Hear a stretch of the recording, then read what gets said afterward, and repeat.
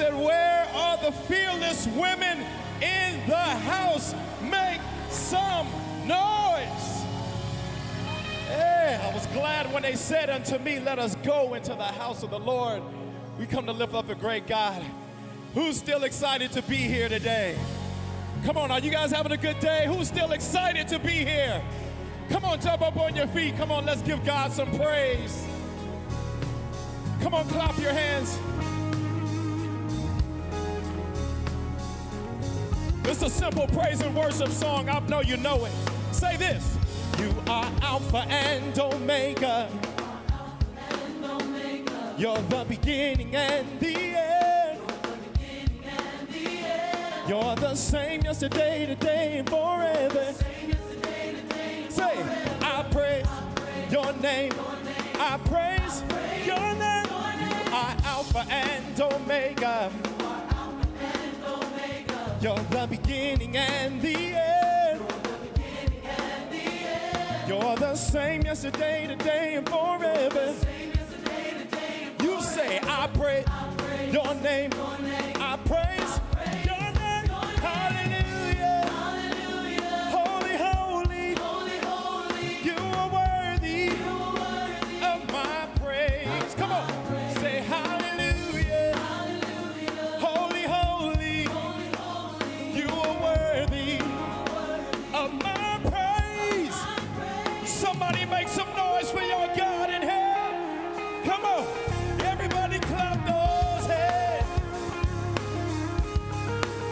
Come on, clap those hands.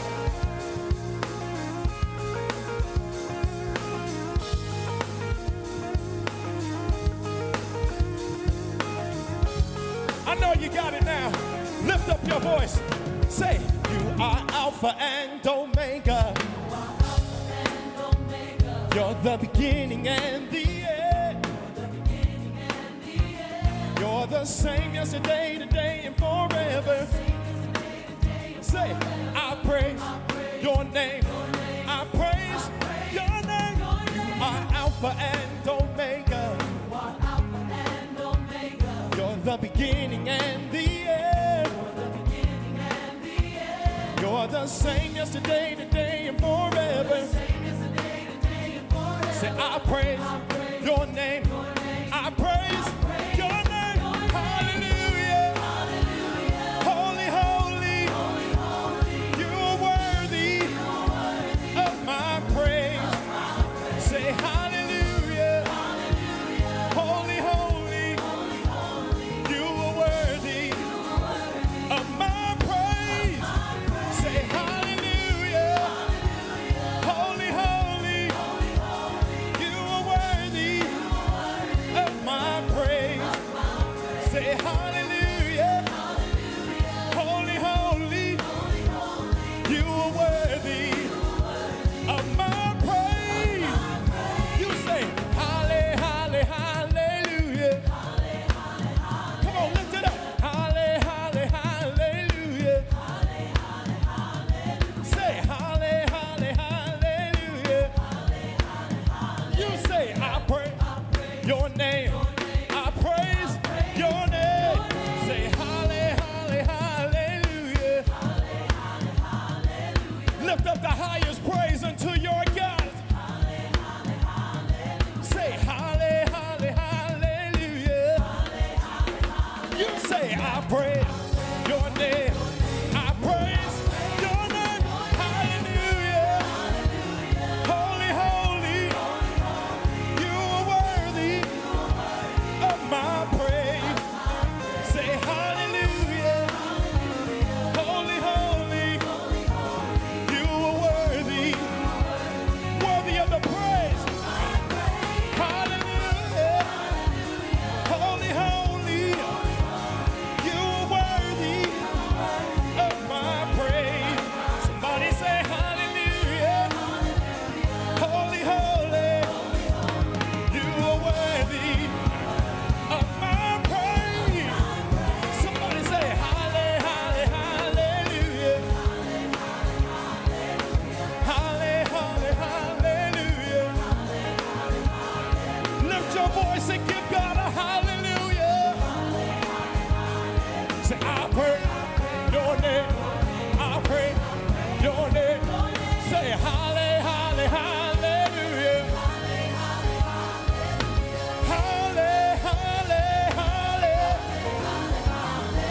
Say holly, holly, holly.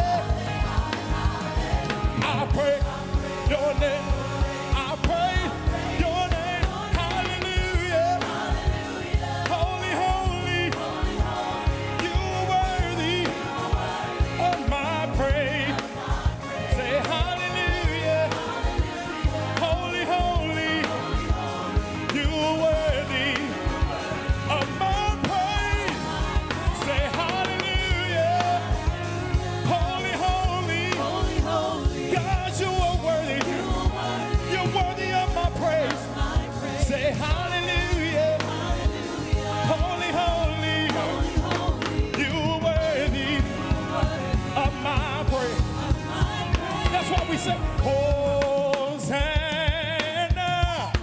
in the highest. Let our King be lifted up. Say, Hosanna. All of the women say, Hosanna in the highest. Yeah. Let our King be lifted up. Hosanna. Everybody say,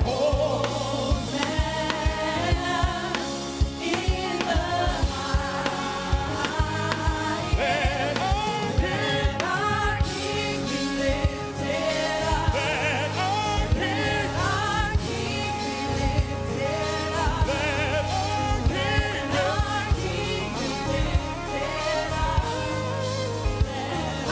King, come on, say, let our King be lifted. We want to lift your name, Jesus. We want to lift your name, Jesus. We want to lift your name, Jesus. Say, let our King be lifted. That's it. Say, Hosanna. Come on, somebody give him a praise in here. Come on, somebody give him a praise. Come on, turn up the volume on your praise. Come on, turn up the volume on your praise. Turn up the volume on your praise.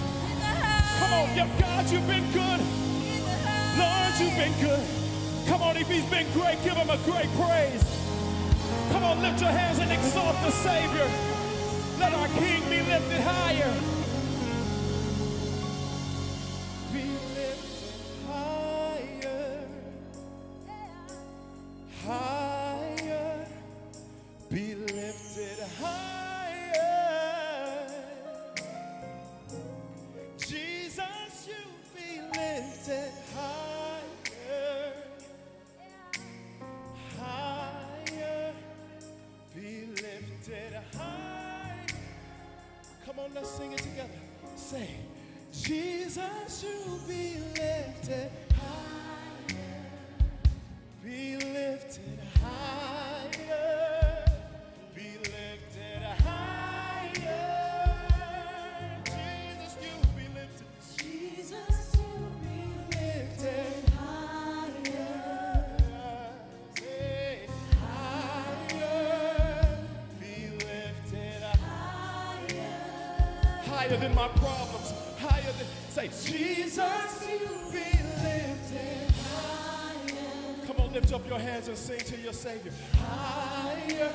We come to lift your name higher. Yeah. Jesus, you be lifted higher. Be lifted higher. Be lifted higher. Say, let our King be lifted. Say, let our King be lifted. Let our King be lifted. We wanna lift you. Let our King be lifted up. Yeah. Let our King be lifted up.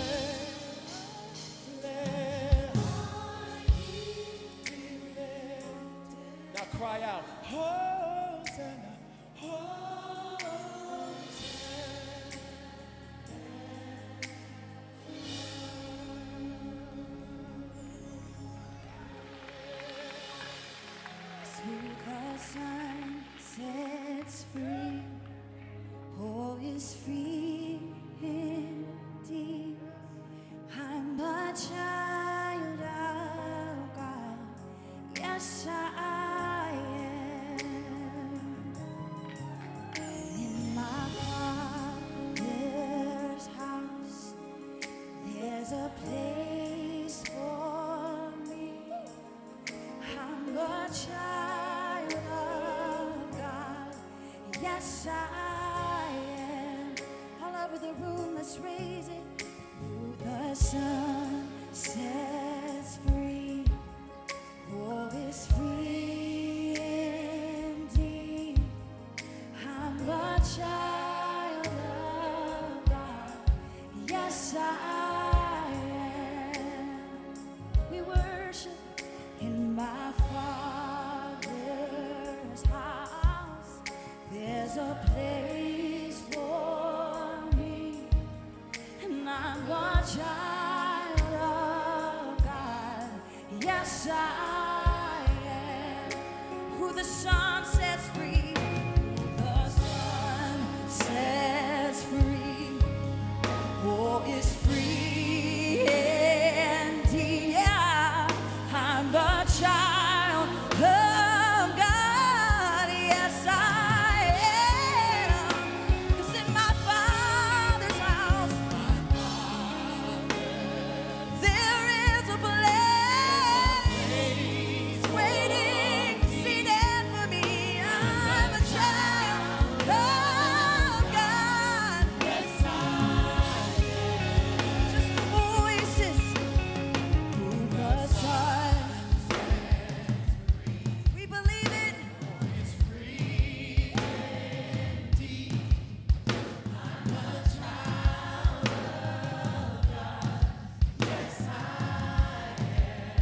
It's our anthem this weekend. It's in my Father's house. Hey. There's a place for me. I'm a child of God. Yes, I am. In my Father's house, there's a place for me. I'm a child of God. Yes, I am. One more time, in my Father. In my Father's house. Hey.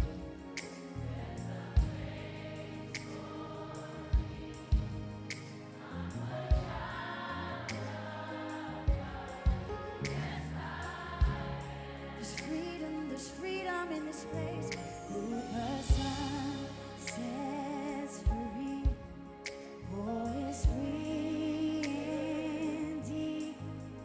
I'm a child of God. Yes, I am. Chains of fear were breaking in my Father. There's a place. I'm a child of God. Yes, I am. Who the Son sets free is truly free. We're your daughters. Yes.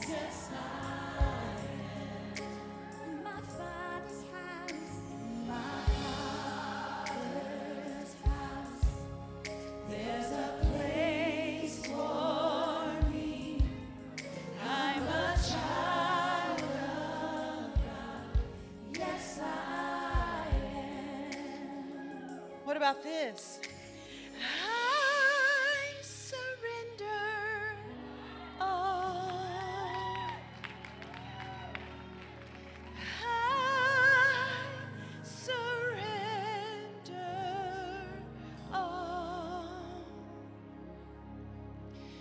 all to Thee, my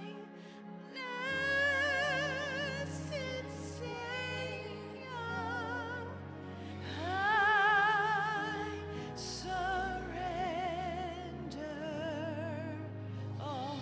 Come on, sing it one more time. I surrender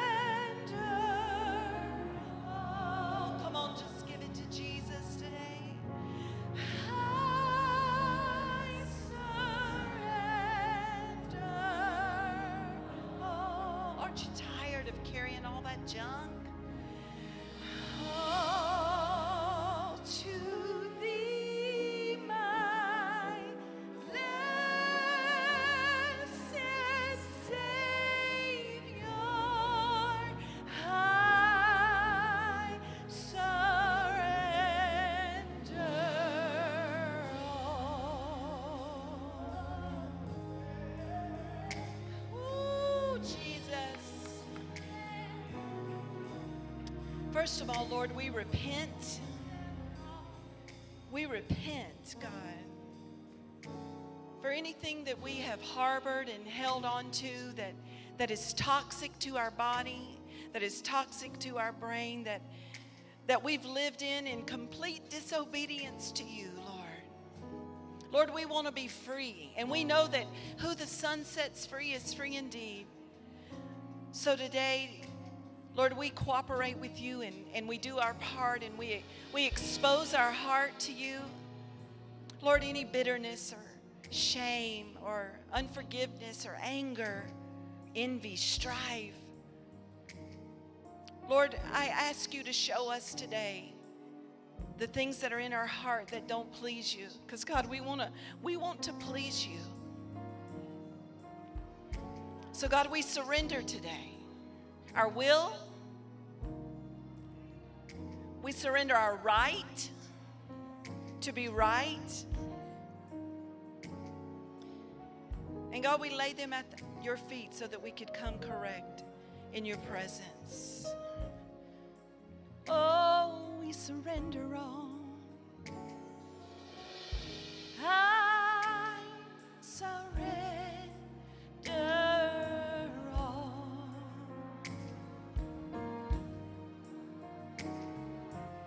I surrender all. Jesus, we don't want it. I surrender all. I surrender all. Woo! Thank you, Jesus. Turn around to 2 or 3 people before you sit down and say, it's been a good day. It's been a good day. Saying it's not over yet. It's not over yet. There's more to learn. There's more to learn. There's more to receive.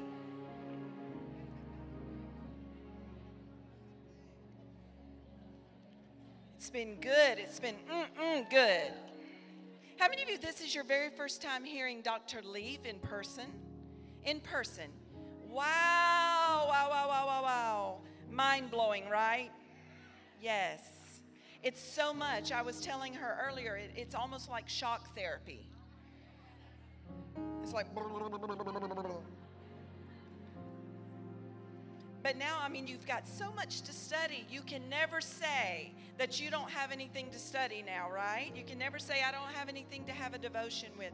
You've got plenty of materials. You've got plenty of tools in your toolbox. And I just believe, like I said at the luncheon, that a year from now, if we put these principles in order, we will not be the same people. We won't look the same. We won't act the same. We won't think the same.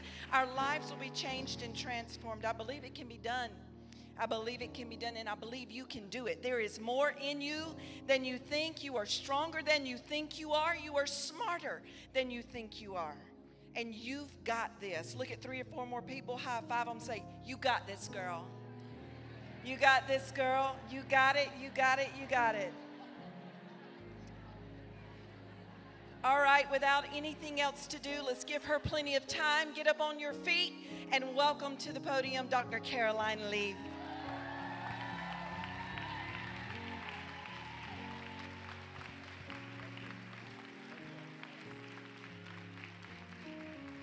Thank you, thank you. You may be seated. Just a quick word about the products. We've run out of a few of them. Thank you, all of yours who have placed orders with us. There's still a chance to place orders.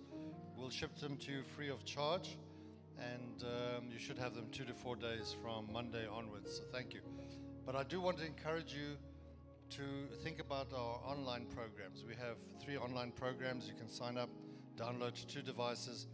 So if you want Caroline in your face every day telling you what to do, then you need an online program. So thank you very much. Okay. Thank you.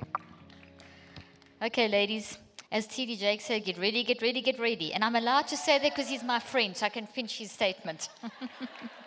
Okay, so we're going to now talk about the toolbox. How do we do all this stuff? How do we get ourselves in that every 10-second self-regulated, deliberate mode? As Socrates once said, the unexamined life is not worth living. So let's lead examined lives and let's see how to use the toolbox. So the first book I would recommend, a lot of people are asking me and do ask me, which book should you start with? I would recommend you start with this one, Think, Learn, Succeed. But you'll very quickly see that as you're working through them, you're going to jump back and forth between them, and that's great, that's fine, that's no problem. So in the reason I'm saying that is because the first part of this book, I really talk a lot about technology and the whole influence on how we think and function, how we literally are in a society that has what we call a purported ADHD epidemic. So saying that every second person's that there's an epidemic of ADHD. Suddenly everyone's being diagnosed with ADHD, including adults. And you've got to look at the society as opposed to the individual. And that's always my thing, is you've got to be very careful of blaming a person's brain or genes or something like that for what is going on, instead of looking at the person's story, the context of their life, and the society that we live in. And until we address those issues, we're going to constantly have the same kind of problems. That was the whole 15 to 25 years younger, how we manage mind, how we eating, etc. This has got to be addressed very much at a societal level as well. We've got to make some real global societal changes. So in order to function within our current society the way it is, and to not get caught up and sucked into the materialistic, reductionistic way of thinking, which causes is contributing to this 15 to 25 years younger, we need to understand the power of our mind. So that was what I was emphasizing in the first session. So now in the first part of this book, I do talk a lot about that. Now I'm going to talk about mindsets, which is also in this book, Think, Learn, Succeed. Mindsets contain power. Mindsets are powerful. Once I've explained what a mindset is, I'm going to dive straight into how you can start understanding your unique way that you think, feel, and choose. Remember how many times I said over and over again in the first session that we think, we feel, and we choose. Okay, those 3 go together. Your thinking, feeling, and choosing go together. That is your mind in action. That is the non-physical, spiritual part of you. It's the 99% of you. So if that's not working well, nothing else works well. The mind-brain connection is how the thinking, feeling, choosing changes the structure of the brain. So as you change your thinking, you can change your brain. So your brain can always be changed. You can rewire your brain, which is really, really wonderful to know. Okay, so in the second part of what I'm going to talk about now, second part of your toolbox is to understand how you uniquely think, feel, and choose, what that looks like in the love zone, and how to understand that to improve how you are thinking, feeling, and choosing, that you stay in the love zone, and how to recognize when you've stepped out of that, and how important this is for your communication, your relationships, for everything that you do in life. If you don't understand your identity, so the second part really after mindsets, I'm going to talk about identity, which is in the second part of this book. The third part, I'm going to introduce you again to the 5 steps. Well, I've briefly spoken about it, but I'm going to walk you a little bit through the 5 steps for building your brain. And then there's a lot more information on memory, and I don't have time to touch everything. I'm giving you big pictures. Then I want to walk into using the 5 steps, not only for building your brain, but also for detoxing your brain. And that's what you'll find in this book, the 21-Day Brain Detox, and also all my books contain information about the mind-brain connection. I'm also going to talk about the profile to help you understand your unique identity in this book. And then I'm going to go into Think and Eat Yourself Smart in the last part of today. So that's just a big picture. So let's start first of all with mindsets. What is a mindset? A mindset is an attitude. An attitude is a cluster of thoughts that contain information and emotions. Okay? So basically you've got a thought that you've built through your thinking, feeling, and choosing. You're building this thought, and on each of these branches is information of that thought plus emotions.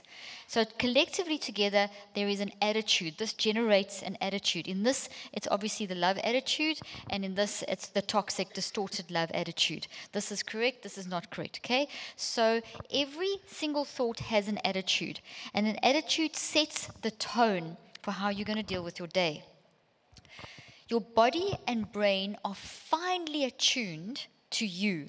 So even though we all have the same brain structures and cells, etc., and structures in our cells, the way that your brain is designed is unique to you. So the law of the brain is diversity. And we see that diversity in humanity, in our fingerprints, and in the earth, all over. Diversity is a law. So this unique difference in all of us is very much a scientific fact. So your brain's attuned to you. So when you're in the right mindset, your brain is going to be working correctly. And it looks different for everyone, which is beautiful, because when you're in this zone, nothing that you think, say, or do is going to be wrong. That's the beauty of it. Okay, so when you're in this zone, you're operating out of love, and then everything is pretty much wrong. So we are wired for love. Okay, so now there are 15 different mindsets that collectively cover this concept, and you'll see them up on the screen now, and I cover those in detail here. Now, the way I cover them is I describe them, I put some research, and I put activation tips, because where people always ask me, where do I start getting this mind thing under control? So the information in my books you're going to use to build your brain, which we keep talking about, but to get your mind working properly, we need to understand, the first step is to understand your mindsets. And your mindsets contain power. When I first used to teach this, I didn't teach that much on mindsets. I would just kind of filter it in between my teaching. And over the years, as I've done more research, because I do research all the time, I work with a team of top neuroscientists and neurologists and neurosurgeons and endocrinologists and OBGYNs and PCPs, and they're a team that I have formed, and we work together on clinical trials. We're currently about to do a clinical trial on a non-pharmacological intervention for anxiety and depression. Non-pharmacological means no drugs. It means pretty much using these techniques, okay? And now I've already shown that this works, but now we're doing a full-on clinical trial. And once we've done that, we'll do other trials and so on to show people, give people more and more evidence that when you do the right thing, things change. Now, for 30 years, I've done a lot of research in this field, and I'll show you some slides in a moment. But for now, what I found from my research and my clinical practice, and the research over these last 30 years, as I've worked more and more with people in and out of my clinical practice, I've learned things. You always learn. You're always learning. You never know everything. And one thing that I realized that was so important to help people to kickstart this process was to get a handle on their mindsets. Because your mindset sets the tone. If you're going into your day and one thing goes wrong and you let it throw you for the rest of the day, you can do all the detoxing and try discipline yourself to do the 5 steps. But if your mindset's not right, the power is kind of dwindled. So a mindset, something that enables you, they contain power. They set that tone. They set the flavor. They are going to help you perceive the situation in the correct way. So let's understand what they are. I'm going to take a couple of them and explain them. Once you understand it, I don't have time to go through all 15. It takes too long. But I do. This is what I'm teaching in my conference this year in December. I'm going to be teaching in depth about each of these mindsets. But let's start with the thinker mindset, because the reason it's the first mindset of the 15 is that without your thinker mindset, without all of these, you're going to break down. But without your thinker mindset, none of the other mindsets are actually going to work. In fact, your brain's not going to work. Because you are a thinking being, you think 24/7. When you think, you feel. When you think and feel, you build. You make choices, and then you build structures in your brain. And if you don't get your thinking under control immediately in terms of setting the tone, you're going to have a problem. Okay. So also your brain, as I mentioned earlier on, is not able to handle the power of your mind. Your brain can't physically handle the power of your mind. The networks within your brain will collapse unless you allow your brain moments to reboot. So those every 10-second things that I keep referring to, and by the way, that's in here as well. I have the research showing that every 10-second thing is in this book, if you're wondering where that is. But so for your brain to handle the power of your mind, you have to have a thinker mindset as an overall mindset. So before I explain it, I want to give you a visual analogy. This is your thoughts in your brain. Okay, this is one cluster of thoughts. Imagine, at Christmas time when you decorate your trees, and those bush nets that you can put over a tree and it's got all the lights on, so you throw the whole net over. You know what I'm talking about? So now imagine that each of these mindsets is one of those nets. So by the time you've got 15 nets on, this tree has got the most incredible amount of beautiful lights shining from it. And that's what that's what the mindsets do. They shine a light of beauty out of you. Now, if you think of this, let me just give you, just to help you understand that, someone who is a happy person, who's, no matter what, they've chosen to live within a happiness mindset, they do shine, don't they? Someone who's always ready to forgive, someone who's always controlling their thoughts, someone who's full of gratitude, someone who's so concerned about the community. Can you see I'm just kind of pulling up some of these things here? Someone who expects good things. Those kind of people shine love.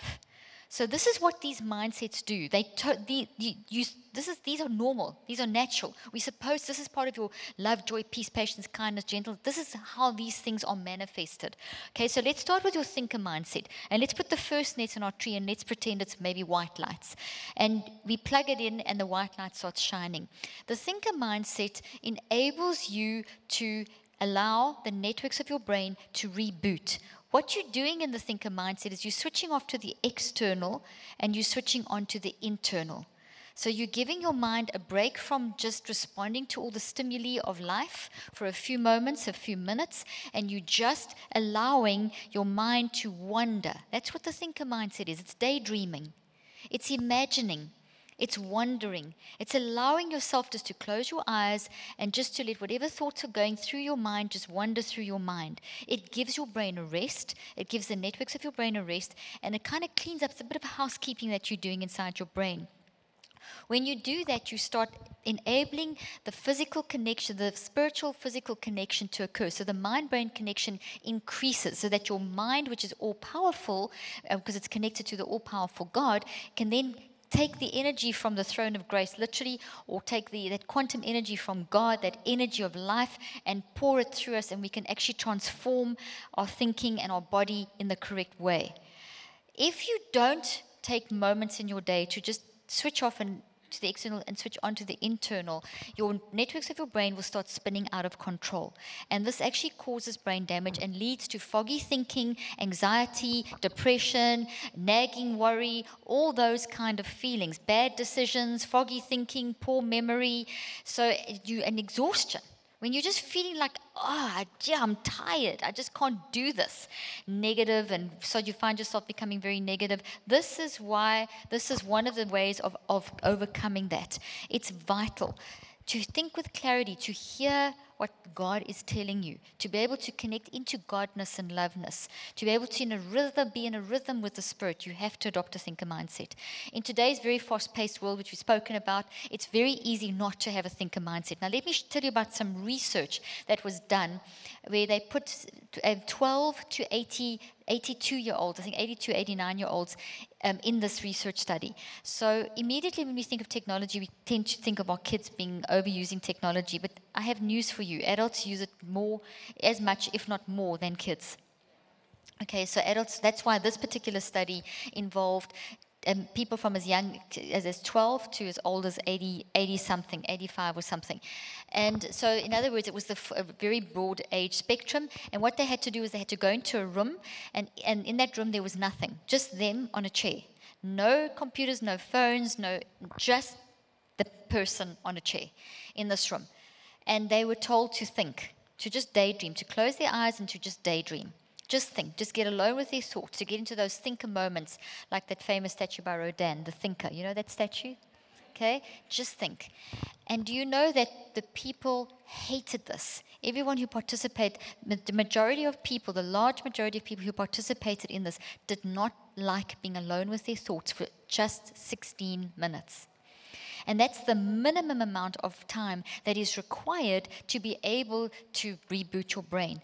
You have to have at least one 16-minute moment in your day where you daydream. Now, you could spread that over maybe 3 5-minute sessions, but that would be an absolute minimum. When you do that, you will start training yourself to do the every 10 seconds thing so much more. If you can do more than that in a day, even better. You could have maybe at your lunchtime, just sit there and close your eyes. If people are all around you, learn to close your eyes and switch off, even to the noise around you, and just allow your thoughts to wander. And as you're doing that, you might find some intrusive thoughts coming up that are repeating themselves. And that's very often described as the disease of OCD. It's not a disease of OCD. It means that there's something that you have developed, a pattern of thinking that's potentially toxic, that you are using, and because you've used it so often, it's a habit. So as you daydream, because it's had so much energy, it kind of starts popping into your mind. So this is a very, very good way of identifying those intrusive patterns of thinking that have become habits that are blocking you from functioning like you should. Because any kind of intrusive thinking will make you feel the nagging worry, the anxiety, the depression, all those big things. And also, if you don't have a thinker mindset, you can disconnect your networks in your brain so much that you can have psychotic breakdowns. Okay, you can have psychotic, which are called people call it schizophrenia, and they say it's a disease that you have to live with forever. That is not the case. Schizophrenia is when you have a psychotic break, that you break down. You may be hearing voices, you may be functioning looks like you're going completely crazy, but it's because your pain of whatever trauma it is that you've gone through. Psychotic breaks don't come from just little issues. Psychotic breaks come from traumas that are undealt with, that have got very big, and if you don't know how to deal with them, it's not your fault. Trauma is not your fault in the first place. Trauma is something that happens to you. What we need to do is teach the world how to manage the trauma. Okay? And if you keep that trauma suppressed, your brain can't handle it. You have no wiring for toxicity. You are wired for love. There aren't circuits for trauma or fear or anxiety. Not like when we read in often these common magazines, these popular magazines about the brain, how we've got fear circuits in our brain and how our amygdala is producing this. It's not the truth. Your amygdala can't do anything. It's a piece of flesh in your brain. You make it work. That part of your brain will respond to your emotions, and it fires up more when you're emotional, but that's just the design. It's not doing you. Okay? It's not producing you. You are in control of your brain. And it's good to know that, because it means that you're not a victim of your biology. That you're a victor over and above your biology. So an intrusive thought is telling you that there's something that needs to be dealt with. So you open your eyes, you take out your iPhone, if it's or a piece of paper and a pen, even better, have a little notebook that you carry with you. And if there is an intrusive thought that happens to keep repeatedly popping up in these thinker moments, write it down. Then you know that that's what you need to detox. See? So that's a really very good way, insightful way of finding out what you should work on. Don't ask someone else what you should work on. You need to connect with the Spirit of God and use your thinker moments to help you. So one of the main activation tips of the thinker mindset is find 16 minutes in your day. Why 16? There's a whole bunch of science behind it. If it's 15, it's okay. We're not going to be legalistic about anything. Okay? So, but find at least 15 minutes is maybe an easier number to deal with, because you could split that into 3 5-minute. But commit now to 1 15-minute time in your day that you may want to split over 3. More if you can, where you just close your eyes, you switch off to the external, switch on to the internal, and allow your brain to reboot. You will be utterly amazed that within 3 weeks, if you do this faithfully every day, you will find the every 10 seconds thing so much easier. If you want it to happen quicker, add 2 15-minute times in your day. And it's not hard to find. Maybe instead of going on that stupid Facebook for 15 minutes, scan the Facebook and do some of the thinker moment thing, and limit the Facebook to certain times in the day. You do not need Facebook to survive, but you do need the thinker moments to function like a normal human. They have done studies showing that when people adopt the thinker mindset, they are much nicer people, much more loving, much more functional as a human. We have become very dehumanized in the way we treat each other in today's society. Okay, so it's such a simple thing, but such a profoundly important thing. So let's talk about the forgiveness mindset. I'm just going to select 3 to talk about. I'm going to talk about the thinker just for time's sake. And I'm going to talk about the forgiveness, and then I'll decide which other one I'm going to talk about. Okay, so the forgiveness mindset. We all know we must forgive, but are we really forgiving? And do you know the science of forgiving? So now I've got my thinker mindset switched on, so now I'm going to put another net over here of lights, and now there's a pink light or whatever. So now I've got white light shining, and now I put on my forgiveness mindset. A forgiveness mindset is where you are in a state of mind, an attitude of no matter what happens to me today, no matter what someone does to me today, or no matter what someone has done to me or will do to me, I am going to forgive them.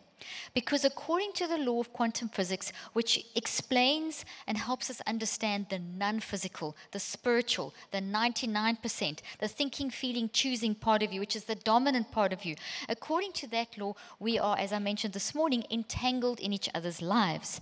There's also another which means that we're connected, okay? So if you go into a relationship, you are connected.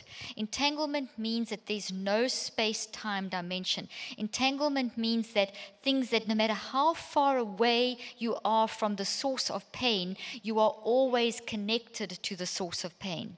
So if someone has traumatized you and you have been speaking the word over the situation, but you're still feeling the trauma, now you've got guilt, shame, and condemnation on top of it because you're supposed to be this good, faithful Christian that's supposed to be speaking these scriptures, and why is it not working for you? And everyone's telling you, just apply the word, and you're feeling worse and worse because it's not working.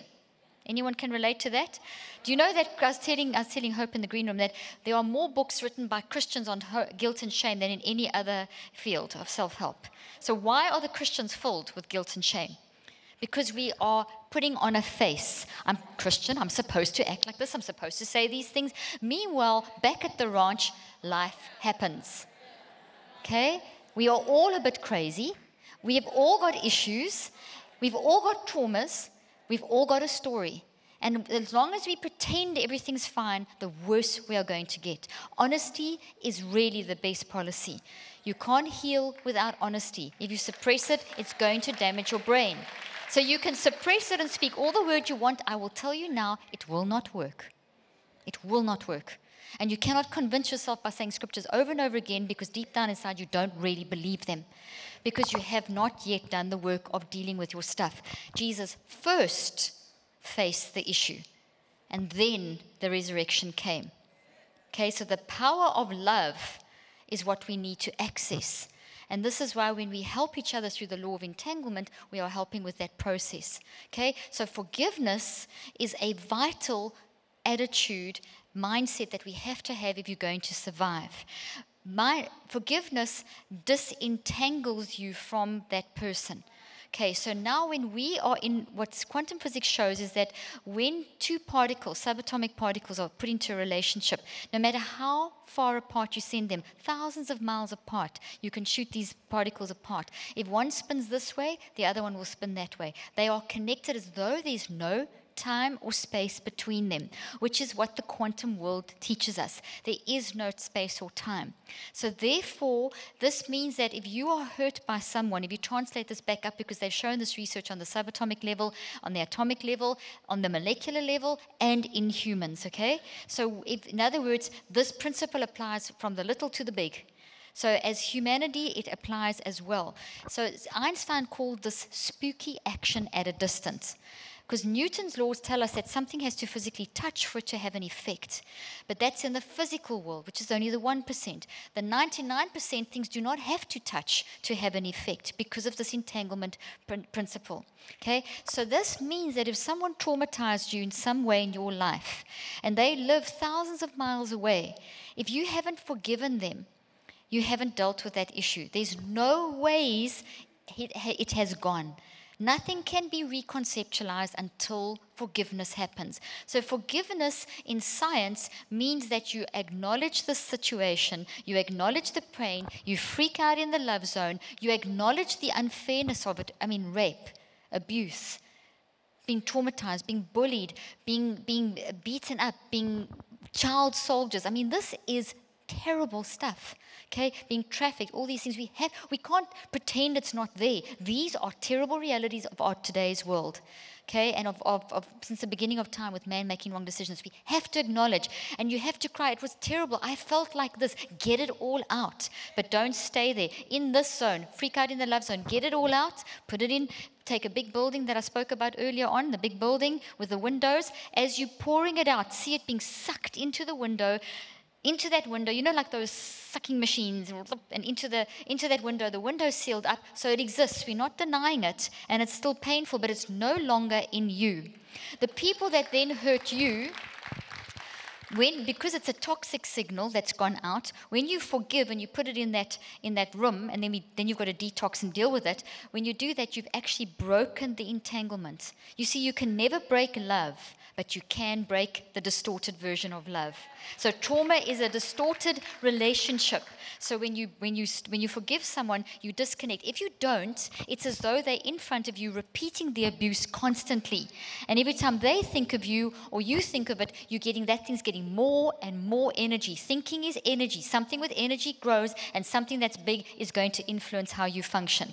It's an intrusive thought. It is a depression. It's an anxiety. Those are the manifestations of this underlying thing. Until we deal with that, it stays. So forgiveness mindset disentangles. It literally breaks it. We see in quantum physics, when we look at disentanglement, when we look at everything's breaking apart, it happens in the toxic zone. You can't disentangle love, but you can disentangle distorted love. Isn't that amazing? So forgiveness breaks that connection. So now the healing can begin. So now instead of just dominating you, it's inside that window. It's disconnected from the source, so it can't get energy anymore. You're not giving it energy by keeping it there. It's in that window. And as you're in love, you can go through the process of rewiring as you reconceptualize, okay, which we'll talk about after the mindsets. Okay, so that's the forgiveness mindset. So going into the daily life with that attitude mindset is your attitude. Okay, then let's talk about expectancy mindset. The expectancy mindset. So here's my third thing, my third net. And now I've got green light. So now I have white light shining, pink light shining, green light shining. I'm shining this love. I'm a person that you want to be around because you know that there's something different. You see, when you put these mindsets on, you generate the love of God, the glory of God. You're activating, you're stepping into that potential. You're drawing on the values that God has placed in this world. Sir Roger Penrose is one of the most brilliant minds of the century. He's a mathematician at Oxford, and he has worked out and calculated mathematically and using quantum physics, he has calculated that we are literally embedded in love. There's a mathematical, very complex calculation for what we are immersed in. So these values of love are real things that God has given us. Godness is real. Godness and loveness is real. We're immersed in it. So when it's distorted, we feel it. You feel that pain. As I said earlier on, when someone doesn't like you, you feel those photons and they hit you and you feel it because it's distortion. So you've got to ask yourself, are you doing this with your thinking and what you are generating towards others, or are you doing this, the love wave? This is real stuff. This is why I love science, because what we know instinctively to be true and things that are spoken about in the scriptures and in the Torah and in all the holy books that we can read and in general self-help, it's true. It's true. It's what you instinctively know as a human to do. You're supposed to operate in love. We know that. And so the science is just confirming that. So expectancy mindset. So here we've got our green lights on. And expectancy, we've all heard of that. It's a self-fulfilling prophecy. What you expect is a self-fulfilling prophecy. Well, there's science behind that. If you wake up in the morning and you get a phone call and or you wake up in the morning and think, oh, I've got to go to work. Oh, I've got a Devil Wears Prada boss. Oh, I can't stand this. You remember that film, Devil Wears Prada? And you're expecting the day to be terrible. So already you have now distorted that. So your expectancy mindset generates an energy that this is how your mindset, or how you view the day. It's how you view it. So now I have a toxic expectancy. I'm expecting bad things to happen. I'm expecting my boss to scream at me. I'm expecting my husband to X. I'm expecting my wife to X. I'm expecting my kids to X. I'm expecting the traffic to whatever. I'm expecting the Trump to do something else that's going to make us all anxious. I'm expecting, sorry, I had to throw that in there. I'm expecting something else, whatever. Well, it's going to happen because you are now imagining this thing. And as you imagine, you're building the network because you think, you feel, you choose, you build. And whatever you've built, you imagine. So imagination, you imagine. You first think about it in your mind's eye, which is imagination. So you think, you feel, you choose, you imagine, and then you start giving it energy and you start speaking and doing. So an expectancy mindset starts creating a toxic reality, a toxic expectancy that will then produce a toxic result. You're generating that toxic energy, and if you've got a few thousand people expecting Trump to do something crazy, or a few thousand people expecting life to keep getting worse, it's going to happen.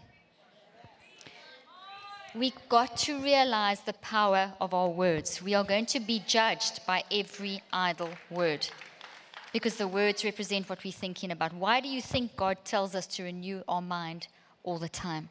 Why do you think love is so self-reflective and so self-regulated? Okay, let me do one more. Let me do the stress mindset. So stress mindset, we all think stress kills, don't we? Well, stress does not kill. Stress is very important. Let me stand over here. Stress allows you to think with clarity, because when you go into a state of stress, you increase the blood flow. Your blood vessels around your heart will dilate. You will increase the blood flow to your brain. You will increase the oxygen to your brain, which will cause the neurotransmitters in your brain and your gut. 95% of serotonin comes from your gut. It will then flow through your body, which will then activate the dopamine, which will help you. It's all kinds, 1,400 neurophysiological responses will work for you and not against you. When you are in this zone, freaking out in the love zone, calm in the love zone, when you are in this zone, when you recognize that the heart pounding, adrenaline pumping is good for you, just that perception of recognizing that the heart pounding, adrenaline pumping is literally the Spirit of God or loveness telling you, hey, be alert, be aware. You see, stress helps you to stay in the every 10-second moment.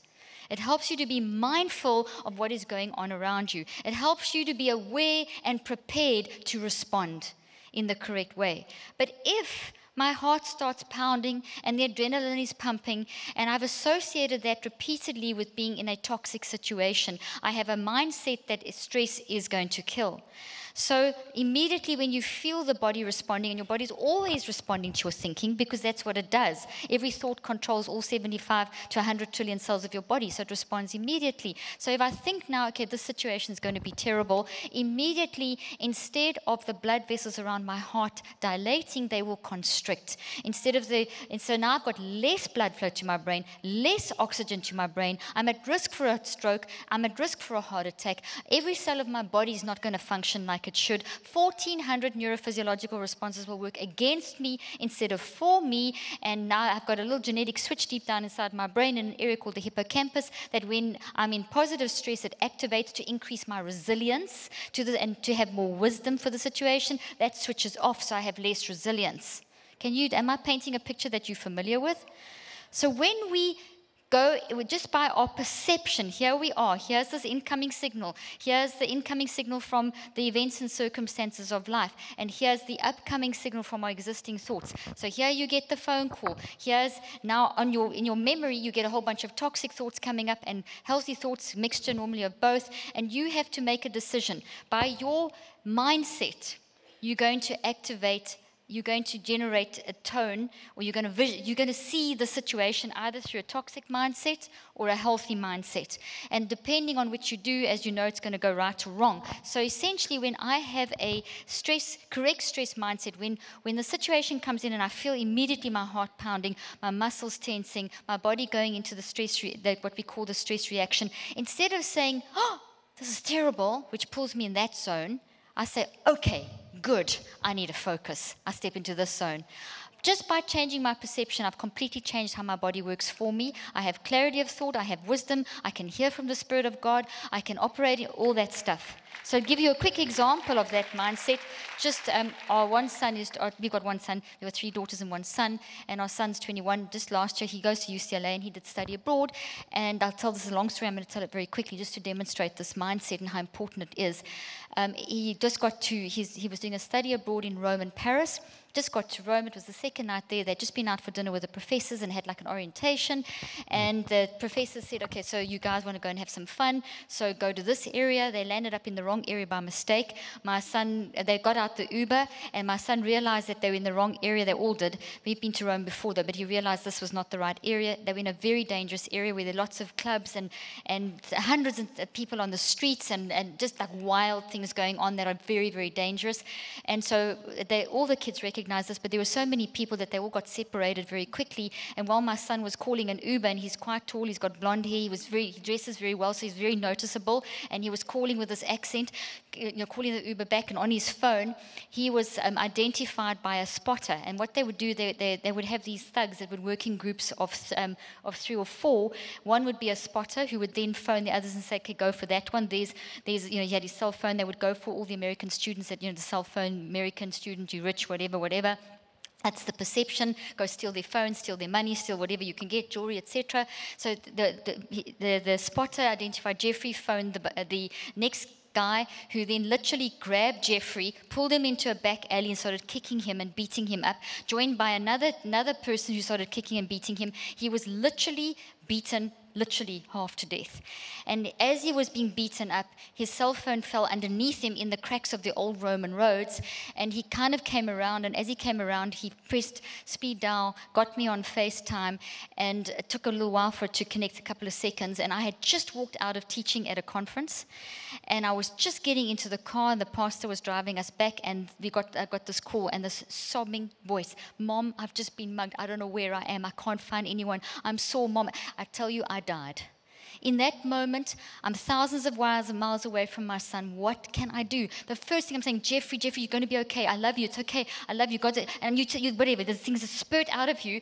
And I said, put location finder on. Quickly put your location finder so we can phone the school to come and collect you. Don't move or try and get back into the close. You're giving all this advice. And this was in like 10 seconds. And the next minute, and he's just sobbing. He's just sobbing. You can hear he's not even hearing one word. He's in so much pain.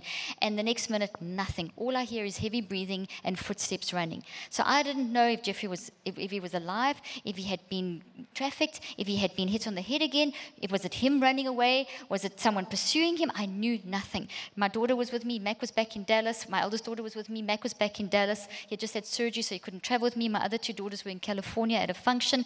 Immediately got everyone on the phone, immediately got other friends on the phone. We even had one set of friends that had a private jet that were going to fly straight to Rome so that we could get to Jeffrey. We had the Italian, we did all that stuff, got the security people, we got everything that you can do. But I have to tell you, in that moment, I could feel the stress mindset going toxic. I could feel myself collapsing. I couldn't think. I couldn't even remember godness or God. I couldn't think anything.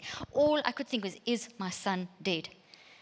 And I died inside. Every part of me, I couldn't think, I couldn't see, I couldn't do anything. And I knew at that moment, and you may think this sounds sacrilegious, but I knew the signs. And deep down inside of me, I believe it was a prompting from godness, from the Spirit of God. Remember quantum physics. There's no space-time dimension. Get back in love. Freak out in the love zone. Freak out in the love zone. And get your chemicals flowing so you can think, so that your brain can actually process your mind's knowledge. And I've got all these things running through my head. I'm thinking, this is so dumb. I don't want to think of that. Why am I thinking of science?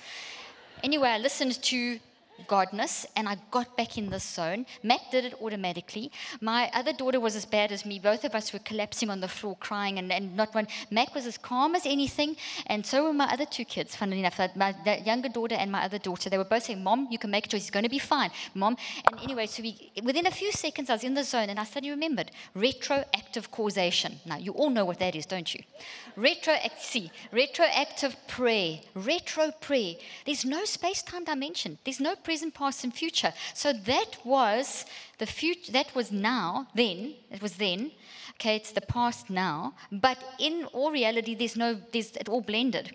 That means that the prayers that I had prayed before Jeffrey went to Paris were already in effect, because that was the past praying into the future, and then the future could go back and change the past. So I knew he was immersed in love. So all I visualized and my prayer was immersing Jeffrey in love. May love just grow and grow around him, and may love draw on the potential of protection and safety, etc. And what had happened was that as he phoned me, they turned back his thugs, the people who were beating him up, turned back, saw him on his phone, thought he was dead, or that he was half dead, turned around, saw him on the phone, ran past, grabbed his phone, knocked him out a second time, and then when he came around, it was about 20 minutes later, he managed to creep over to a cafe.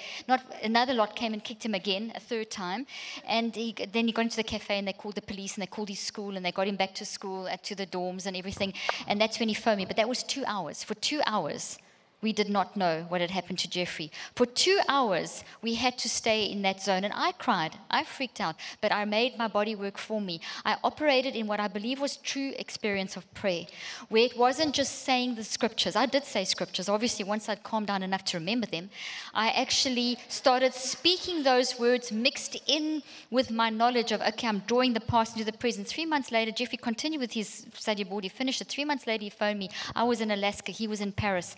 And he said, Mom, what's that retroactive causation thing that you spoke about? Retroactive causation is a quantum principle where the future changes the past, where they have done research showing that there is no time dimension. It only applies to the physical, where you can get particles to go into the future and come back and change the state of particles in the past. Because in the quantum world, the past, the present, and the future are one. God is alwaysness. Eternal is alwaysness. God is alwaysness in loveness. I drew on alwaysness in loveness. That is what a stress mindset is. It is drawing on the truth of how you function in this moment, which is eternal. It is getting into this mindset and keeping your body and brain under control so that you can actually have a mind working through a body and a brain that's not a complete collapsed mess, which I was becoming in that zone. I couldn't hear anything in that zone. In this zone, I could hear things. I could pray correctly. So retroactive causation, retro prayer, is that the future will change the past. And it happens because there is no future and past in here. So when I go into this zone, the future and the past are one. Do you see what I'm saying? This is a big concept. But when you get a handle of this, it's very powerful. So Jeffrey phoned me 3 months later and he said, Mom, what was that thing? And he said, because I said, and I explained, and he said, Mom, I'm feeling at this moment so much gratitude. But this feeling I had now, I had 3 months ago. In that moment, when I woke up and I spoke to you, I felt this love that I'm feeling now, and I felt this sense of gratitude that I'm feeling now. He said it's uncanny. He said there's a special feeling I'm feeling now. It is exactly what I felt at the time when we were speaking on the phone. See, there is no present, past, and future. So what he was feeling in the future actually was already operating at that moment. But he experienced it in the physical 3 months later, but it was around him at that moment. Are you getting this? You cannot afford not to live with these mindsets. So in other words, I remembered my mindsets. I remembered I needed to have the correct stress mindset, or I was not going to get through this moment correctly. I didn't want to expect the worst. I didn't want to expect, because that broke down. You know, we talk about faith being, if you don't have faith in God, this is faith. If I'm starting to speak and think negative, or think negative and speak the word and speak scriptures, that means nothing. What means everything is going over here and saying, I am scared. I don't want my son to die. I want him to live. And being honest and crying and saying, God, I believe that you can surround him with your love. And that do you see what I'm saying? And it's not easy. Who said it's easy? It's not easy. It's hard. But these mindsets contain power. It is the flavor. It is the tone. It is how you're going to handle that situation. It adds its power. It activates and releases it. Okay, so then now, if those are our mindsets, the next thing that we need to understand is, what I had to understand in Jeffrey's story, is that I had to get my thinking, my feeling, and my choosing into this stress mindset, into the good stress mindset, into the good expectancy mindset, into the good thinker mindset. I had to calm down. I had to do that. So I had to understand my thinking, feeling, and choosing. I had to understand the unique way that I process. And I've done this for years, so I could draw on that in that time. I drew on all these things. I can't tell you how many times I've had to draw on this stuff. It's not, I don't just teach this, I live this stuff. And there's millions around the world that are doing these things. And the emails and the testimonies we get are unreal. I don't even know these people. But they're taking these concepts. I'm saying this to encourage you. I spent 25 years in South Africa doing my initial research in the trenches of South Africa with the poorest of the poor in the then apartheid Africa and post-apartheid, and the mess that it caused and the disastrous situation. I would go into the field and work with people that were trafficked, that were beaten, that were abused, that had AIDS, that their education was literally a joke, where they were just written off by our then apartheid government, and even the post-apartheid government, they were forgotten. And that's where I worked for 25 years. I have seen the worst of the worst situations. I have heard the worst of the worst stories, and I have seen hope rise up in all those situations. So when I stand here, I'm not talking from, oh, she's a scientist in the laboratory. I'm a scientist that went into the field, that has worked with real people, with real problems, and I have seen change. So I say this to encourage you that there is nothing that you cannot do without, if you use your mind correctly. I'm not saying that it's not going to. Jeffrey did get beaten up after death. But there was something happened between the time of that and that. We had CT scans done, and there were no brain bleeds, there were no broken bones. 3 kids had had the same attack in the previous 3 months. Those 3 had died. Fortunately, out of this situation, we managed to get a security alert going across all the schools in America with the study abroad programs, and the police got in there, whatever, and the ring it was a ring operating, and it's stopped now. That area's been cleaned up and everything. So there was good out of it for future students. But the thing is that understanding these things helped me to make something very difficult very practical. Things that I'm trying to say. Jesus was very practical. Okay, and that's what we have to do. We have to keep looking at the life of Jesus. How do you do these things? You've got to forgive to disentangle. You've got to believe and not operate in fear, or you can't function and make the right decisions. It doesn't make it easy. It's still painful. Jeffrey went through trauma for weeks after, and so did all of us, his sisters, and Mac and myself. Wake up for weeks after with nightmares, thinking that phone call would jerk me awake in the middle of the night. I would get up and I would grab it. And what I would do is work with, as a family, we worked together, and over 63 days, I'm actually going to jump to that. I'm going to come back to this identity. Over 63 days, Matt, can you just swap around the slides? We'll come back to the gift profile. Just get me the slides on the disorder model and the brain popping neurons. Okay, that was just for Mac. I should have done that. Do you understand what I'm talking about? Okay, so get the right slides up. So for 63 days, instead of allowing Jeffrey to allow the trauma to grab him, instead of allowing Jessica and Dominique and Alexi and Mac and I to let this trauma control us, the trauma happened, we acknowledged it, but we decided we were not going. We made a decision, we made a choice to not hide it, to face it, to cry through it, to acknowledge it was all the different parts of it, but to reconceptualize it. So every day, for 63 days, as a family, we helped each other work through this thing. We stuck it in the window. We stood in the love zone. And for 7 to 16 minutes every single day, or if it came up a bit more, we would actively work on reconceptualizing each thing. Yes, there was that pain. Yes, there was that shock. Yes, this could have gone wrong, but this is what happened. So we reconceptualized it. That's why I can tell you the story and not break down. I had to go and preach that next morning and do 3 services in a church, and I was up all night just talking Jeffrey through the rest of the night. And I said, Jeffrey, I'm going to cancel. I'm not going to preach. I'm just going to cancel. And he said, no, Mom, go tell them my story. And so go tell them my story, which I did. And everyone stood up and prayed collectively for Jeffrey. And he felt that too. You see what I'm saying? How we entangled in each other's lives. So essentially, we every day for 63 days, we work through redesigning, reconceptualizing. He is alive. Yes, that trauma does exist, but how are we going to replace it? Every time I have this traumatic dream, when I wake up, I'm going to do this. I'm going to build new. So I don't get stuck here. I'm redesigning it into something new. So instead of saying, oh my gosh, this happened to me, and getting lost in the emotion of the fear and anxiety of that terrible moment, instead of saying it was terrible, but I survived. He survived. It was that person helped me. I crept into that cafe.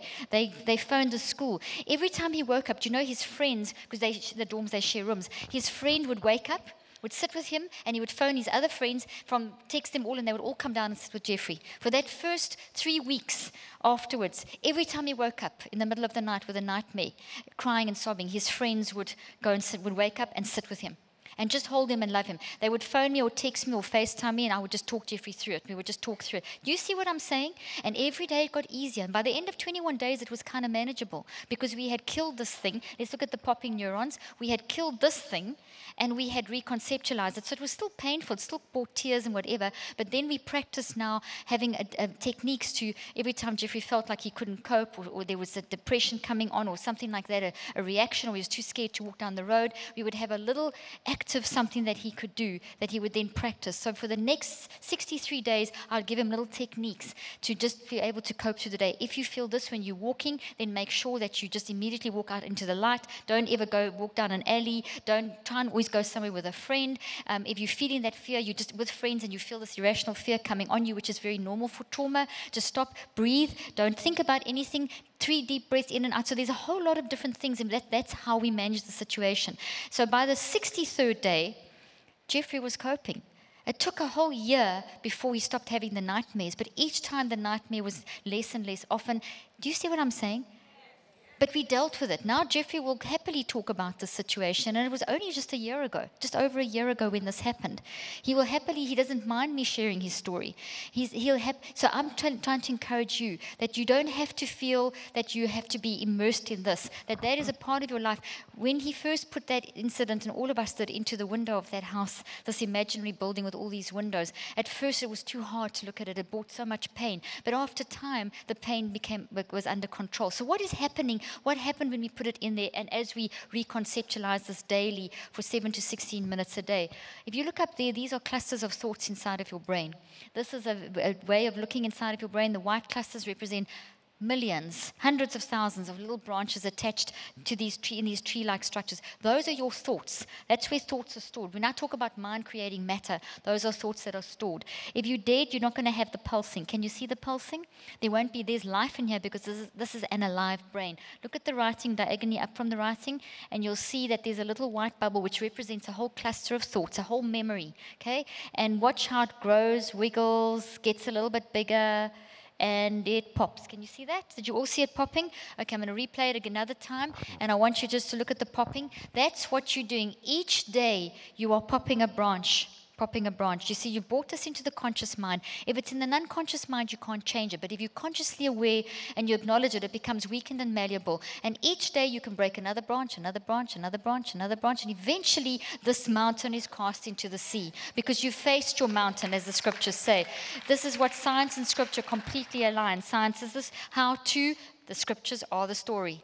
Okay? Jesus used stories. Science tells us how to make these stories come alive in our life. So science is knowledge, as I keep saying, from God. So what do you do every day in that time? You go through 5 steps. Those 5 steps are very, very clearly explained in this book, in the 3rd section for building your brain. And the same 5 steps are very clearly explained in this book for detoxing your brain. So in this case with Jeffrey and all of us, we were detoxing the trauma of that moment. So every day we would do 5 steps. Basically, we would start by gathering awareness of what was the dominant thought of that day related to this situation. And then we would think about it. The next step is focused reflection, where you focus on, okay, how did that, you ask yourself, you answer yourself, you discuss with yourself. You have a focused reflection on what is this toxic thought. It is this fear of this absolute paranoid fear that if I go out, someone's going to attack me. And that's breaking down to the point where he didn't feel safe, where he felt his friends had abandoned him, but they had been separated. So all of these little things, no, they didn't abandon me. They got lost. They got separated. They couldn't find him. They were searching for Jeffrey because one of the things he said was they abandoned me. They didn't look for me. They just left me to die. And so as he reconceptualized it, no, they didn't abandon me. They got lost. They got separated. One of the girls actually in the club got raped in the club. One of the ones that they pulled into the bathroom, in the back of the bathroom, and raped her. So, I mean, it was a terrible night for those kids in that school that night. So it was a whole reconceptualization. So this is then popping, and this is now replacing. So after 21 days, all those branches have been popped off. And sometimes you need another cycle. It's okay. But generally what I always advise my patients, and based on the research, is work on it for 21 days and then go into just focusing on the healthy new replacement thought, and practice using the healthy new replacement thought. Just every day, put a reminder on your phone. I explain exactly in the book. Put a reminder on your phone or make a little note card, and you just spend 7 1-minute moments during the course of a day practicing using this new way of thinking. Okay, so every time the fear of the trauma overcomes, no, I've dealt with that. This is now do you see what I'm saying? This is now my replacement. So you catch it as before it can catch you. And you focus, you don't allow your mind to go down the toxic route, because then you're going to put on the negative expectancy mindset.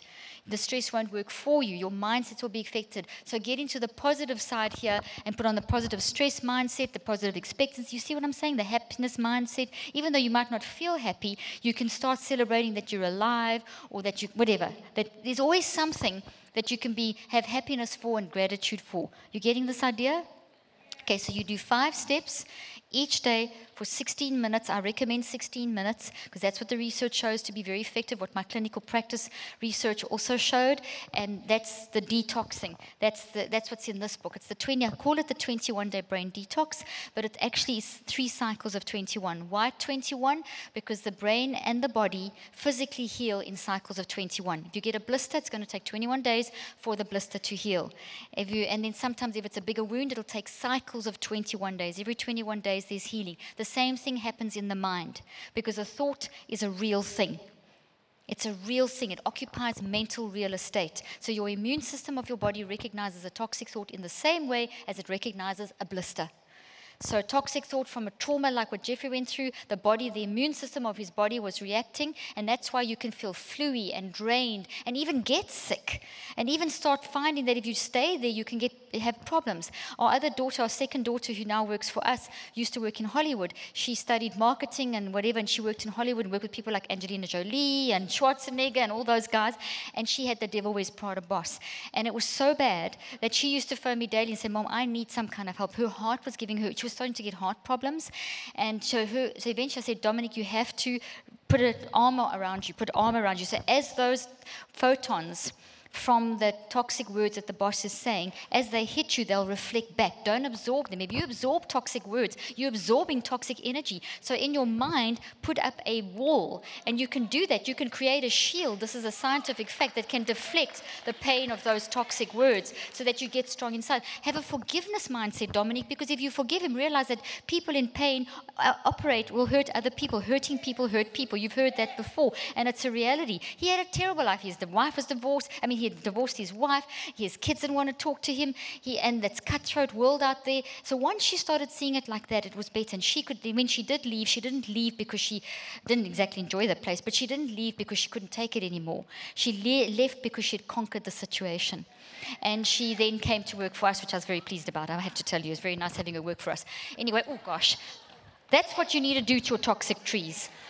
Knock them on the floor. Okay, so moving on. Let's move back now to the identity and the gift profile. We need to understand how we uniquely think, feel, and choose. So I used to do this first with my patients. When they came in my practice, the first thing I would do is help them understand how they would uniquely think, feel, and choose. If you don't understand how you uniquely think, feel, and choose, you do not understand your identity. You don't know who you are.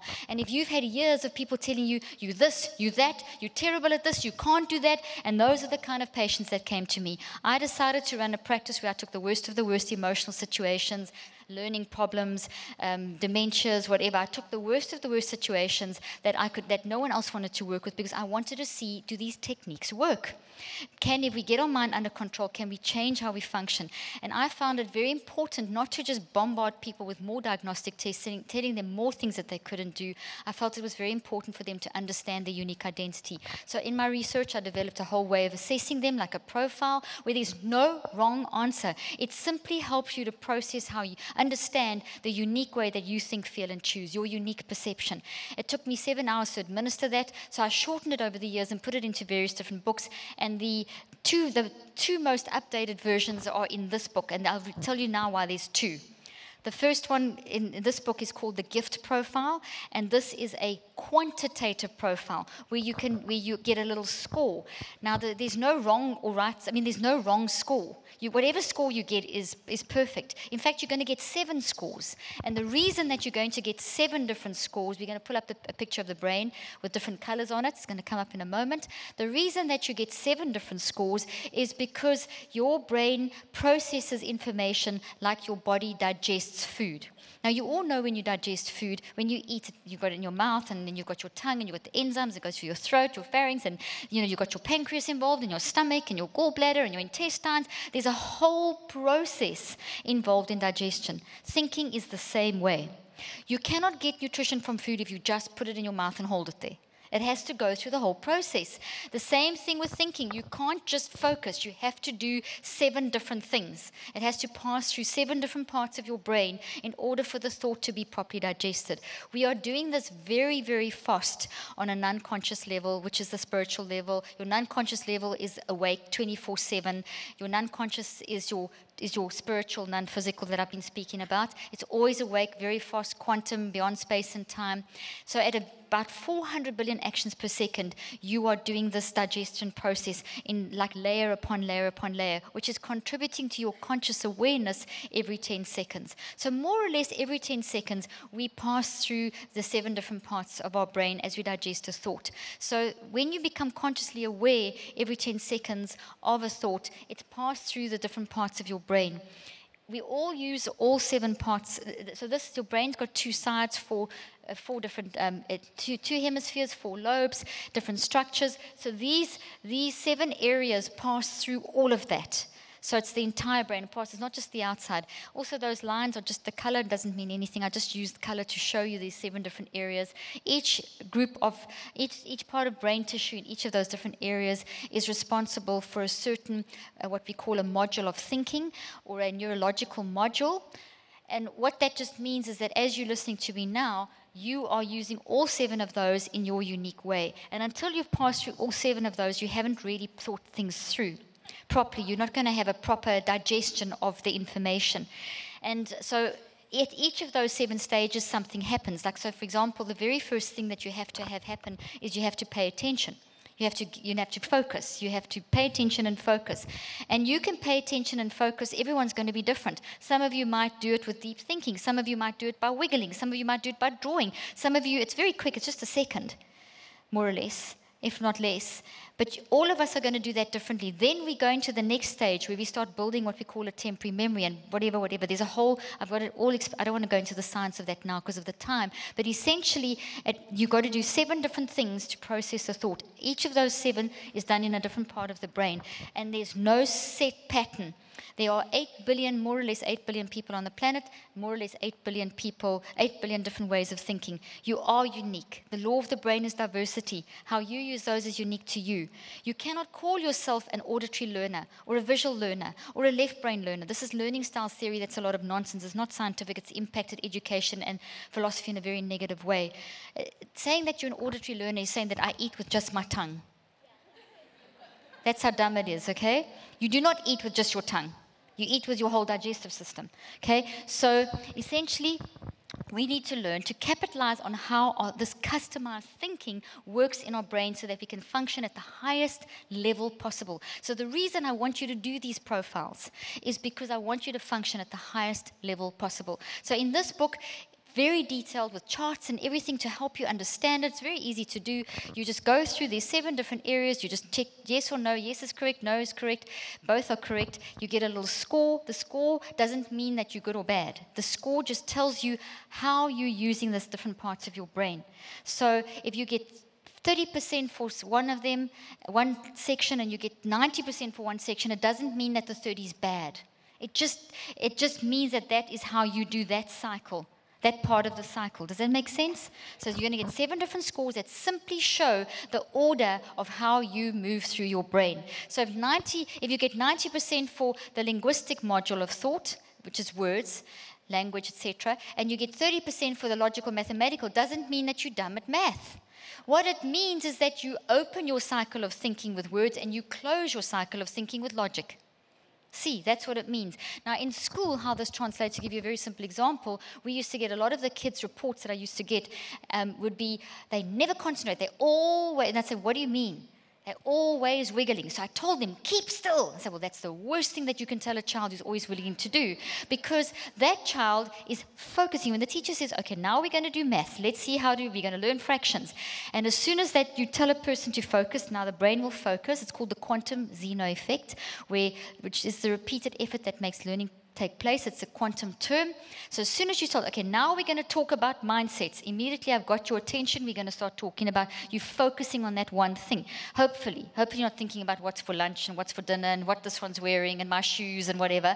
But you're focusing on mindsets, okay? Or you're focusing on the fractions. So now you might focus on the fractions or the mindsets by doing a little wiggle, or by maybe looking away, or by closing your eyes, or by really just maybe frantically writing a bunch of words. That is how you help yourself focus. So when you tell a child, keep still, look at me, they do it because that's what teachers tell you. You've got to obey authority. Now you've just gone, you've just closed the doors to their focus. And you wonder why they have a learning problem? Okay, so this is vital information for people to understand how they learn, because you are always learning. You've got to get through school, university, life, jobs. You are always learning. You have to understand how you think in order to learn effectively. I spent 25 years in education, also working and training teachers and working in schools. So I know what I'm talking about when it comes to education and learning. And that's why a big part of what I teach is learning. And Think, Learn, Succeed is the learning. When I talk about building your brain, that's the 5 steps to build your brain. That is how we learn. You've got to teach this to your kids. We're bringing out a kids version next year. You'll be very happy to know. And in the meantime, you learn it, you learn it, you do it, and you help adapt it to your kids while you're waiting for the kid one to come out. Then the other side of the coin is the profile in here, which is a qualitative one. And this one works with that one. So this one you just do once, and you've got your little scores and your charts, and it's really great. We've even got an online that you can fill in, and it'll print out your little graph and everything for you. So it's called the Perfectly You online program. You can find that. I think there's still cards at the back. Otherwise, you can just go online. You can find all my products on my website, drleaf.com. And then you can even Google it now. Then this one has got, this book in here has the UQ, the Unique Qualitative Assessment. You see, you're not an IQ. You're not a number. The IQ movement, by the way, has been disproven as well. You're not a number.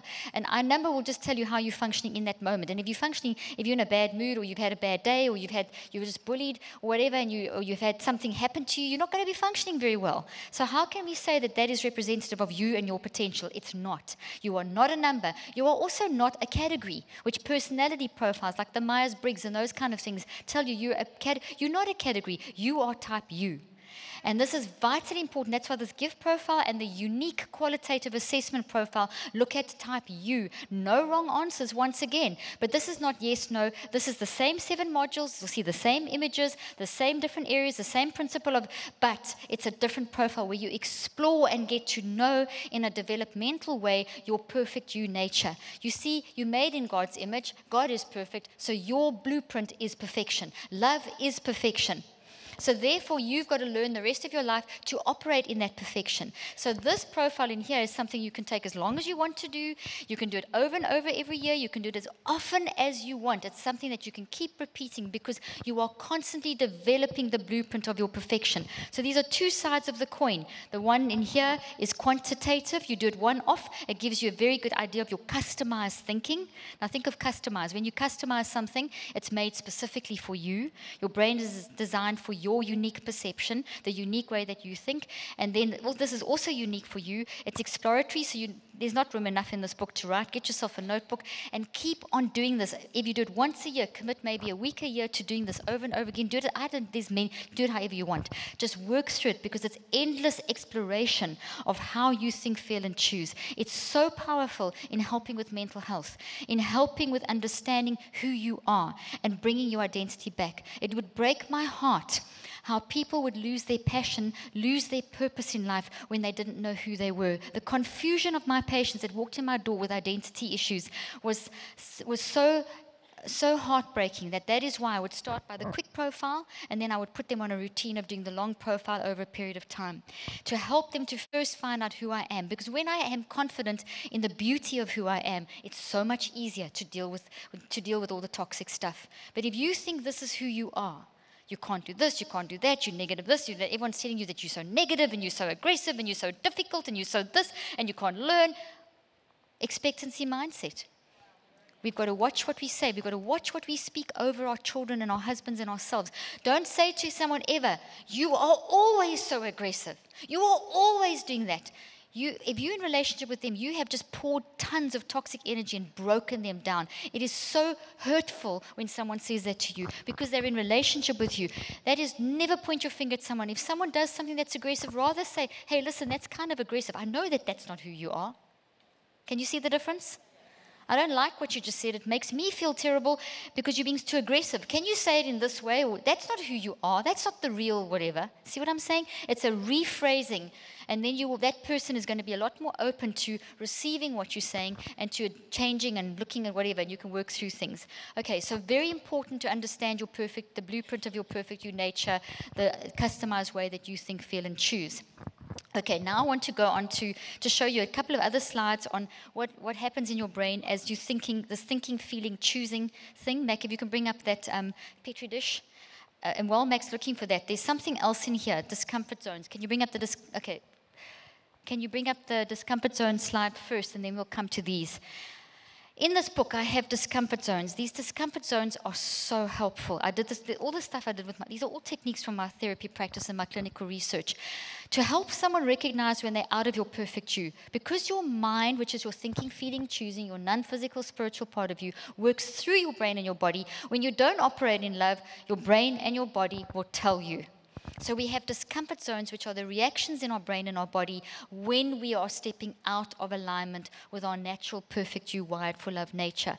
There's 4 main ones, and these 4, I tell you exactly how to use them in this book. One of them relates to the stress attitude mindset, the stress mindset. It's how to recognize that when you go into the adrenaline pounding, heart pumping level, when you feel your heart pumping and that adrenaline pounding, your body tensing up, that is actually a warning sign for you to be alert and focused on what you're about to say. Okay? So to be very aware, what am I going to choose? If you go down a toxic road, it will increase. The toxicity will increase, the adrenaline pounding, heart pumping will increase.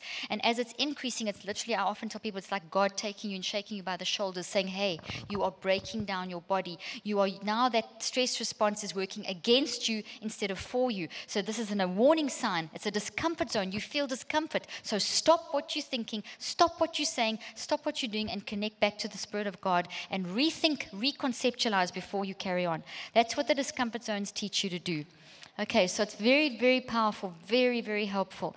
I'm not going to go through all of them. There's just not enough time. I want to show you quickly that slide that Mac had back up there. We're going to show you some images now, just 3 images, and then I'm going to go into a little bit about the food. Have I got time? Oh, geez, have I run out of time here? 3:45.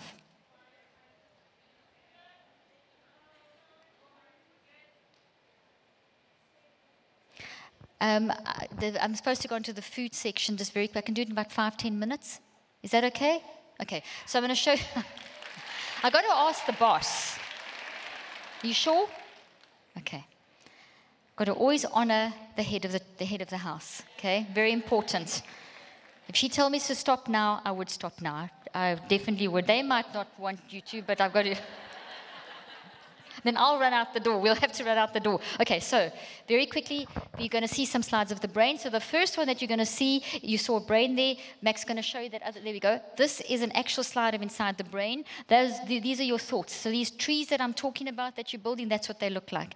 Now the next slide we're going to show you is actual neurons in an environment, and they are growing. And this is what you're doing in your brain. So when I say that you think, feel, and choose in your customized way, when you're doing this stuff, the gift profile, the perfect you, when you're thinking, feeling, and choosing, you are generating quantum energy that is, when you're thinking, feeling, and choosing correctly, that is generating the right energy through your brain that allows growth, correct growth to happen. So you're growing trees. That's what you're doing at the moment. Isn't that amazing?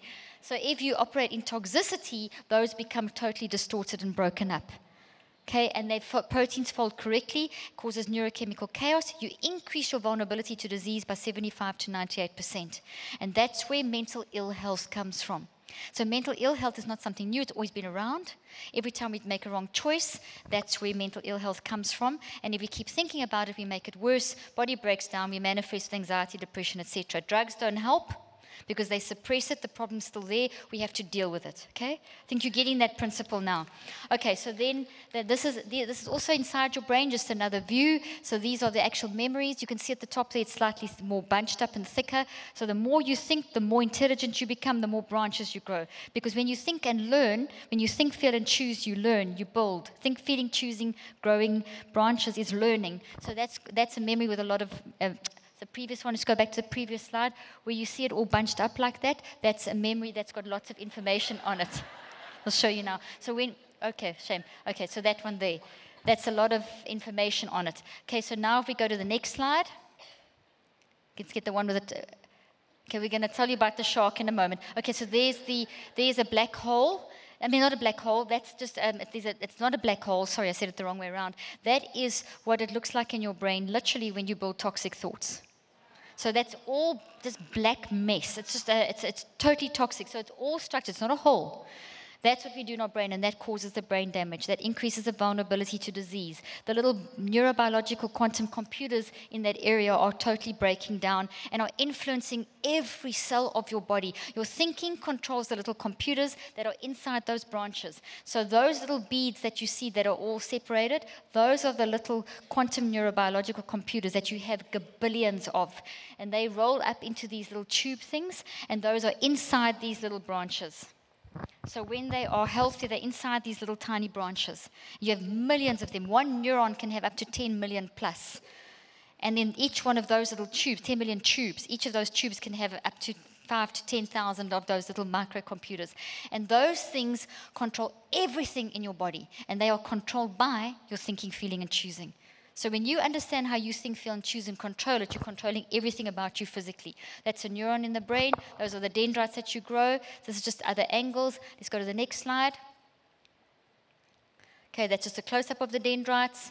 Okay, so now that's enough of those brain slides. I'm now going to quickly, in 5 minutes, just talk. I shouldn't have left so little time, but I don't know, maybe you'll just be able to read it and think and Eat Yourself Smart is the book on food. You've got to look after your brain and your body. To show you the importance, your brain controls, listen to this, your mind, not your brain, remember they're separate. Your mind controls your digestive system. So your digestive system works according to how your mind is working. So every bit of the nutrition you get from your food is dependent on your mindset and the thoughts that are active in your mind at that moment. So if you are eating real food, and real food, we're going to see, okay, let's talk about this first, and then we'll talk about real food. Now, you can keep that, go back to the previous slide. Okay, okay, go to the pancreas, sorry, go to the next one. I'm trying to make it as easy as possible. Okay, so let me give you an example. If you are in a toxic state of mind, so you're bitter, envious, jealous, unforgiving, whatever, in that moment, your pancreas is involved in digestion. It's one of the structures, one of the multiple structures. I'm just giving you one example. It secretes 20 different neuropeptides that you have to assimilate and digest that food. If they don't all get secreted, you're going to have a problem with digestion. And you're going to have a problem with how your leaky gut syndrome, constipation, bloating, stomach issues, weight gain, those neuropeptides have to flow every time you eat. If you are in a toxic mindset, you can affect up to 80% of those neuropeptides being secreted. You can literally stop them being secreted. So your mindset is affecting how your pancreas is secreting neuropeptides. I know that's a mouthful, but I'm trying to make a point here. Your mindset behind the meal is vitally important. So in this book, I cover the importance of that. So in the first part of the book, let's bring up a slide on the real food, a definition of real food. I don't tell you to eat walnuts for your brain or to eat paleo or vegan or vegetarian or whatever.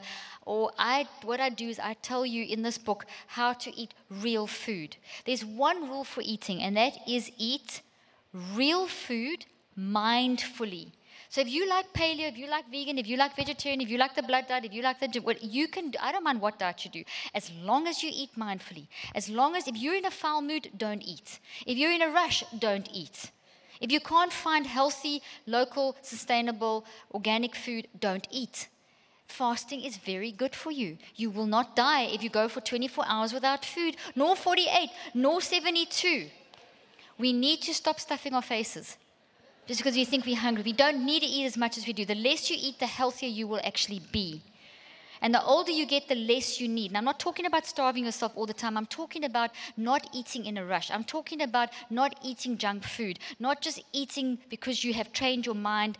Your mind has been trained by the foods that you've eaten to eat the wrong food. So real food is not the modern American diet, which is processed food. Real food, if you're going to find that now, I want the slide to be up when I explain it to you. But basically, there's 3 parts to this book. The first part teaches you what is organic, why GMO is dangerous, why we need to understand what's happened to monoculture versus diversity. So let me give a simple example. We have 30,000 different types of wheat. Do you see 30,000 different types of wheat in your local shops? Of course not. You are seeing most of the products that are bread-based or starch-based products come from one hybrid version of GMO wheat. What happened to the others? Well, they've made into a money-making game. So basically, they have taken away all the diversity and brought it down to fields and fields of this GMO corn, soy, and wheat, and they use as a base. They make a paste, and they use that paste that they add chemicals to make pretty much everything you see in the supermarkets, which is very dangerous. So the rule for eating is eat real food mindfully. We're going to see what real food is in a moment. And while we see the definition of real food, there we go. Let's have a look at it, then I'll talk a little bit. The last thing I'll tell you is about the bliss point. So real food is grown the way God intended, fresh and nutritious, predominantly local and seasonal. So if you eat local food, it doesn't lose its nutrition being transported somewhere else. In season, it's what you need for that weather. God planned everything.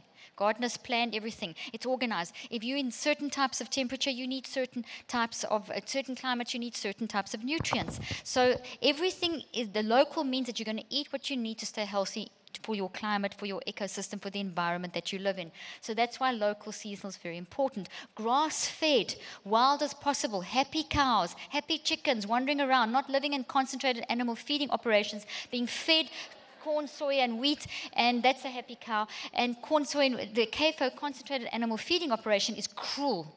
It's cruel to animals. They are standing in their feces. 98% of America's antibiotics go into these animals. You eat what the animal eats. They're stressed. They live a terrible life. That is not stewardship. If we're stewards of creation, that means look after the animals that give you nutrition, look after the earth. When we take those 30,000 types of wheat and we grow a majority of one type of wheat, we are damaging the earth. We are damaging the soil. When we put GMOs into, which we don't even understand the GMOs, they are not safe. We don't understand 98% of our soil. Do you know we only understand 2% of the soil? We don't even know what the GMOs are doing. So what I'm trying to say to you is that this is not fundamentalism. This is not being some weird hippie wacko, eat, California style, eat crazy kind of thing. California's got it right, by the way. You eat here's a lot of junk food, but you can really eat healthy in this state. It is understanding the danger of GMO and get knowledge, get power, and understand how the stuff is damaging your body. So the first part of the book talks about that. The second part of the book is Quit It, where I talk about the impact of the brain of eating high fructose corn syrup, damaged heated fats. Fat is good for you. We're told fat's bad for us. Heated fat's terrible for you, but if you don't have enough fat, your brain can't function. So things like butter and full cream milk are essential to eat for health. Things like low-fat milks are terrible. They're full of poison. This natural, get back as much as possible to the most natural, logical way of eating. Gluten, this whole gluten-free trend, it was the guy who did the research that the industry developed out of it. He never said what has been said by the gluten industry. People do not have gluten intolerance. Some people have celiac intolerance, which is a genuine disorder, genuine disease, and only a very small percentage of the population have that, and you can identify that with a blood test. But gluten intolerance is an industry that is making a ton of money, and people are not allergic to gluten. It's a vital protein for brain function and body function. People are allergic to the junk that has been put in the food and the way the gluten has been damaged. Okay, so it's these kind of things. The third part of the book, I give you 12 tips for how to beat the system. And I have an online program called the 63 Days to Think and Eat Yourself Smart, where I teach you these principles unpacked into 63 days, where that gives you something that you can do every day so that by 63 days, you've got this thing under control. So the big thing here is eat real food mindfully. If you don't look after your brain, it's like taking this computer, throwing it on the floor, and wondering why the computer doesn't work. That's what we're doing to our brains and our bodies. As I said, sugar, high fructose corn syrup in things like Twinkies and stuff, and high fructose corn syrups in everything, even baby foods. People are being, in the middle of Africa, babies are being weaned off breast milk onto sodas because it's cheaper than formula. A lot of formulas have got high fructose corn syrup added. The science shows that these are damaging the brain. The basis of all these industrialized foods come from, this is the last thing I'm going to tell you, come from a paste made of GMO corn, soy, and wheat, which forms a basic foundational base. Chemicals are added to that, and then they're made into the different foods you see in boxes, etc. This is the basic principle. They have laboratories all around America, and now in other parts of the world as well, where they bring kids in as young as 4 as guinea pigs to test what is the point at which, they look for what we call the bliss point. And the bliss point is the point at which the hormone system of the body becomes overridden, so you can't recognize when you're not hungry anymore. So food is designed to wipe out your hormone system, to mess up your hormone balance so that you don't know when to stop eating. Okay? It's also designed using fMRI machines. They look at the point at which the patterns in the brain change so that the brain is actually damaged. They look for when the brain is damaged by the food substance, because then you can't, then addictive patterns, incorrect addictions are set up, so you can't stop eating the food. So the bliss point is the point at which your hormone system and your brain break down, so you can't control the amount of food that you're eating. And that is not regulated. That is happening right now under our noses with industrialized food. So it may taste nice, but that food is creating hormone imbalances, it's creating brain damage, and it is affecting the health of your brain and your body. Now you might say, I can't afford all that healthy food. You live in California, there's a lot of local farms. I've done the math, I've done the budgets. When you eat healthy, you eat the right amount. When you eat unhealthy, you eat the wrong amount. It is very easy to glug down a big, one of those huge giant sodas. It's very difficult to eat the amount of sugar that is equivalent in organic oranges. That sugar's damaged, the organic oranges are not damaged. The point I'm making is it's about 8 big oranges that have the same amount of sugar as one that size Coke. It's about 8. Now, there's no ways anyone can eat 8 big oranges. They'll be sick. Okay? So in other words, when you eat real food, you eat the right amount of food, because you're getting the right amount of nutrition. So there's a lot of these principles that we want to ignore, but we can't ignore, because we are killing ourselves, we are killing our children, and this is what is contributing to that, people dying 15 to 25 years younger. So I've thrown out a lot. I have to stop. I'm over my 5 minutes, 10 minutes extra. I want to thank you for being so attentive. I want to thank Hope for giving me extra time. And I want to encourage you to get these textbooks, get the online. We've got workbooks, we've got DVDs, because you change the world one person at a time. Thank you. Dr. Leaf will be signing books outside in about 5 minutes' time. So thank you very much. Bless you.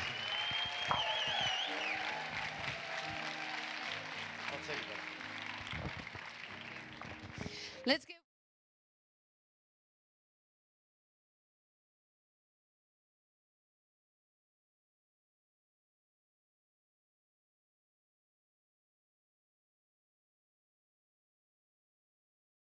books out there.